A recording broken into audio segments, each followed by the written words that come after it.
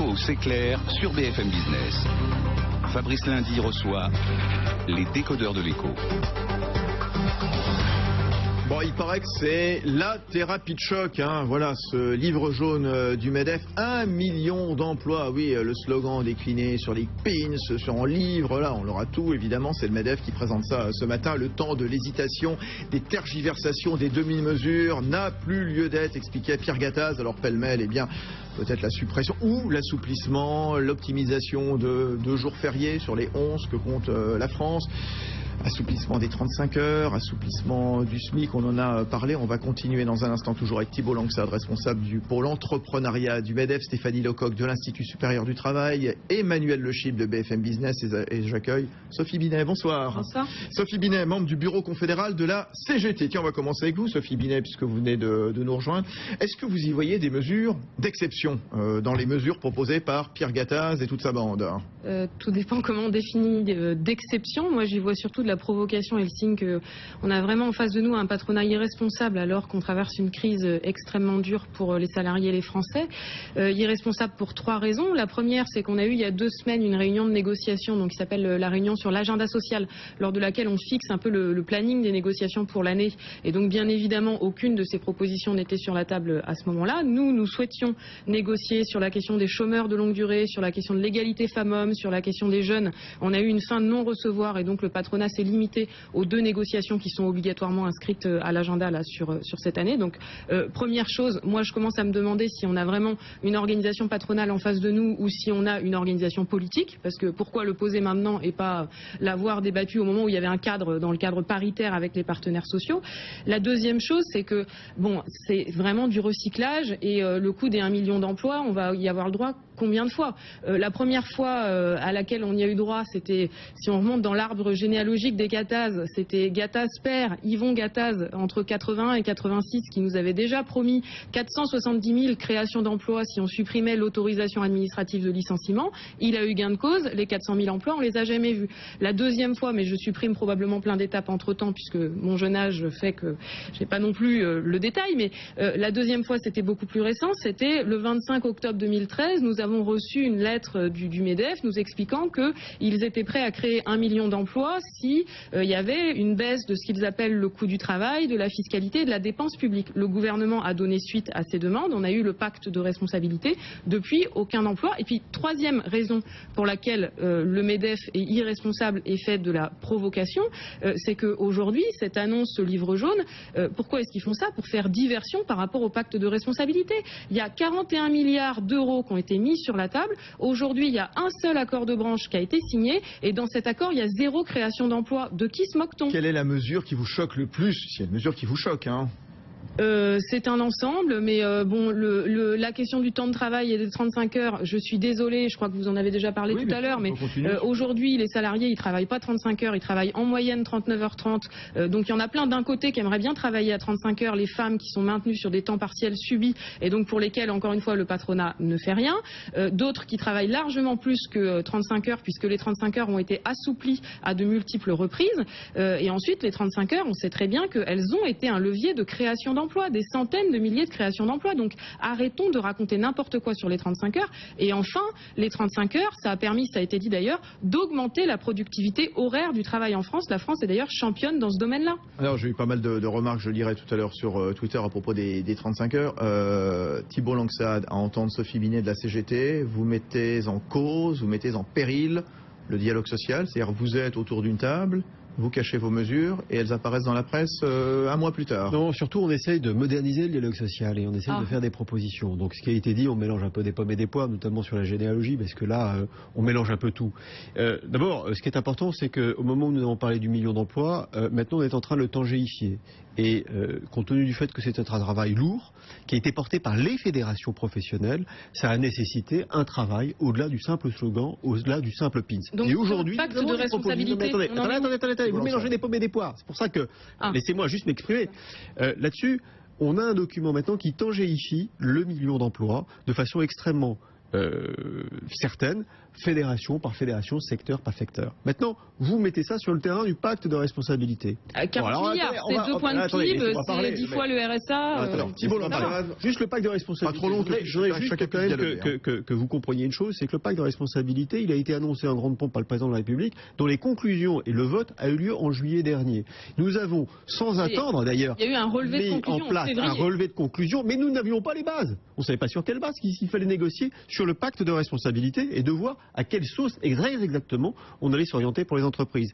Donc il a été tout juste voté fin juillet pour les entreprises. Je vous signale qu'on parle de 41 milliards sur 3 ans, dont les premiers euros arriveront dans les entreprises en 2015. C'est déjà arrivé. Le CICE, vous avez déjà touché de l'argent quand même, rassurez-moi. Le CICE a été annoncé en 2012 pour les entreprises, il est arrivé en 2014 dans les entreprises. Quel bilan du CICE déjà fait qu'aujourd'hui, maintenant que nous avons un pacte de responsabilité et sans attendre les effets du pacte qui arrivera, les structures il en faut encore plus de branches. Mais non, relisez ce document. Enfin, je crois que vous ne l'avez pas encore lu surtout.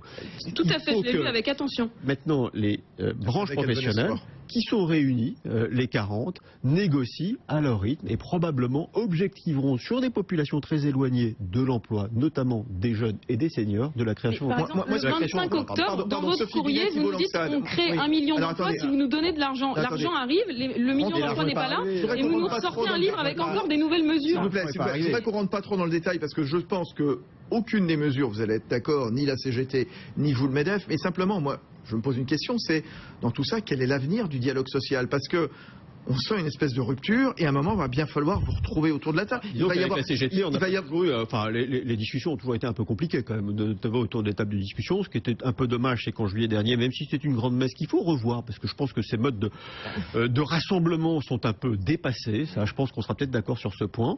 Il faut véritablement les grands états généraux du. Oui, mais il faut changer au Conseil dialogue social, probablement le moderniser. En tout cas, on fait un certain nombre de propositions. Eh bien, discutons-en. C'est ça véritablement le sujet. Et il va y avoir une discussion qui va s'ouvrir, notamment sur les seuils. Les seuils, bien sûr.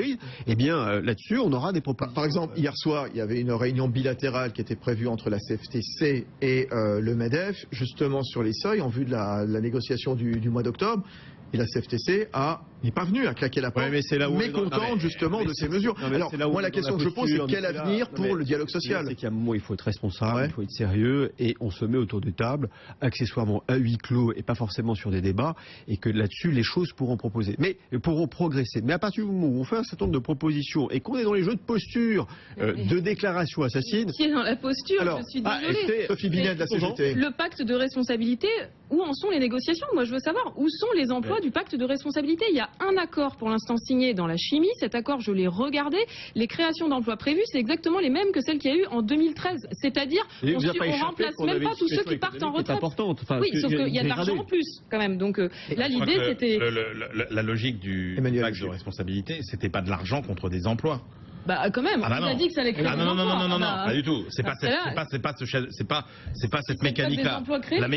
La mécanique, il faut le rappeler, c'est des 40 milliards pour aider, entre guillemets, les entreprises à se refaire un petit peu une situation financière qui est aujourd'hui, rappelons-le, la plus dégradée depuis le début des années 80. Depuis, en Europe, il n'y a pas des entreprises qui vont s'y mettre. Et donc, la logique, c'est que si ça marche, les entreprises se refont un peu la cerise, qu'elles retrouvent des clients et que quand elles retrouvent des clients, elles recréent des emplois. 30% d'augmentation des dividendes sur le dernier trimestre. Oui, c'est la seule chose qu'on a vue. Le seul truc, c'est que vous mélangez les horizons temporels et ça concerne que deux secteurs, la hausse des dividendes, qui sont quasiment l'assurance. Non, c'est l'assurance. Et sur un seul trimestre en plus. Donc c'est l'assurance. Vous faites une comparaison, Léonie. Stéphanie Lecoq de l'Institut supérieur du travail. Voilà, une sorte d'arbitre entre les deux, entre la CGT et le MEDEF. Moi, je vois mal le dialogue social continuer sur des voies sereines. Là, on a un exemple typique de personnes qui restent campées sur leur position. Ah oui. Alors encore une fois, et j'ai démarré là-dessus tout à l'heure, l'inspiration, cette idée-là, l'inspiration est bonne. Il faut effectivement trouver et retrouver des emplois. La traduction, on le voit bien, elle est mauvaise parce que chacun est en ce moment en train de camper sur ses positions et c'est depuis quelques mois, on l'a vu à la conférence sociale où les organisations syndicales ont boudé la conférence sociale. On l'a vu, François Hollande fait son discours. Derrière, le MEDEF intervient en disant mais de toute façon, vous n'y arrivez pas, la France va mal, c'est une catastrophe. Donc les gens, de toute façon, n'arrivent pas à s'entendre actuellement. Ça recommence, on court-circuite. Le MEDEF a quand même tendance à court-circuiter, donc la traduction n'est pas bonne. Je court-circuite pour le pacte de compétitivité, on fait sa petite tambouille avec le gouvernement et on balance la sauce. On a l'impression que ça redémarre un petit peu en ce moment. Donc il y a vraiment un nouveau dialogue à trouver. Et le nouveau dialogue, il va concerner quoi? L'intérêt des salariés, quelque part. Retrouvons un petit peu l'intérêt des salariés, leur trouver un emploi. Toutes les idées sont bonnes. Il faut simplement bien voir que les interlocuteurs clés, finalement, c'est les interlocuteurs de l'entreprise. Et les interlocuteurs de l'entreprise, c'est le canal hiérarchique, les représentants du personnel et les organisations syndicales. Et il faut que chacun parvienne à travailler ensemble, j'ai envie de dire, dès lors qu'il y a quelques salariés, jusqu'à des milliers de salariés. Des milliers de salariés. Allez, remarque, Yosoleno sur Twitter qui nous dit: il a raison, Emmanuel Le Chip, dans les services, le temps effectif hebdomadaire est de 45 heures par semaine. Le retour à 39 heures n'apportera rien. D'autres remarques sur les décodeurs. Oui, Gaël Collin qui nous dit: pourquoi ne pas parler de productivité plutôt que de durée du travail. Eric Vetter qui nous dit: oui, pour effacer le désastre des 35 heures, il faut revenir aux 39 heures, payer 35, un point c'est tout. Bon, pourquoi pas, très bien. Voilà, je cite tout le monde. Sonix qui nous dit: Barnabeu, la faiblesse de la France depuis des lustres, c'est la partie commerciale. Tiens, justement, l'emploi. Dans un instant, on va y revenir justement avec cette petite amélioration très légère après 9 mois de dégradation du marché de l'emploi. On verra quand même qu'il y a des secteurs qui se portent bien, le numérique notamment. À tout de suite.